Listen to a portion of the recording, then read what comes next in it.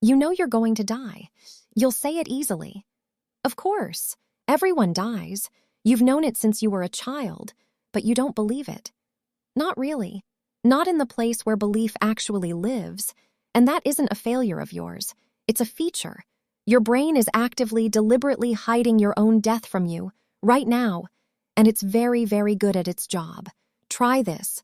Try to imagine being dead, not the funeral, not the people crying, not the world going on without you. Try to imagine the actual experience of not existing. You can't.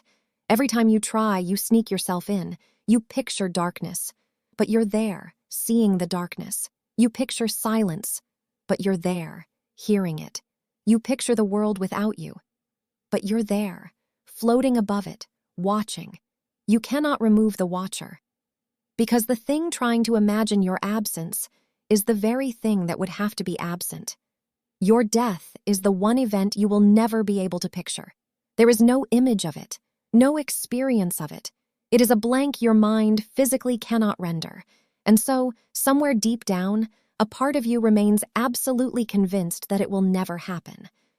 This isn't a quirk. Scientists have watched it in the brain. When the mind is shown information linking the self to death, it doesn't process it the way it processes other people dying. It flags it as unreliable. It quietly files your own death under, "This does not apply to me." Your brain has a shield, and the shield's entire purpose is to let you walk around, build a life, make plans for decades, without being paralyzed by the certainty that it all ends, and could end at any moment. You think you live with the knowledge of death. You don't. You live behind a wall your mind built specifically so you'd never have to truly see it. And here's where it turns. That shield keeps you alive. But it also quietly steals from you. Because the part of you that's convinced it will never die acts like it has infinite time. It says, "I'll do that later. I'll reach out to them next year. I'll start really living once things settle down. There's always more time. There's always a someday."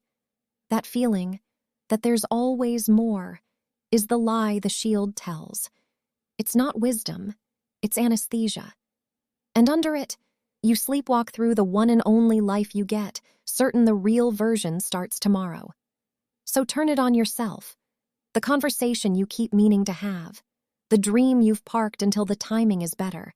The person you keep meaning to forgive or call or thank, you're saving them for a future you feel certain will arrive.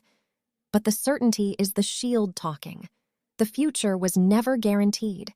The only thing you've ever actually had is the moment you're standing in. But this was never really about death. Because the shield doesn't just hide your ending, it hides your aliveness. When you truly grasp that this will end, that the people you love will end, that there is a last time for everything, and you almost never know when it's happening, the world changes color. The ordinary becomes precious. A normal evening, a familiar voice, the dull routine you've been wishing away. Suddenly, none of it is ordinary at all. It's rare. It's fleeting. It's almost unbearably valuable. The people who come close to death and survive almost all say the same thing. The wall came down, and on the other side of it was not terror.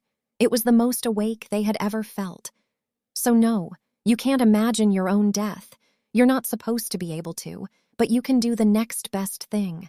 You can let the knowledge in, just for a moment, that this ends, that it's real, that it applies to you, and then look up at whatever ordinary thing is in front of you right now and finally see it, because it won't be here forever. And neither, the shield doesn't want you to know. Will you?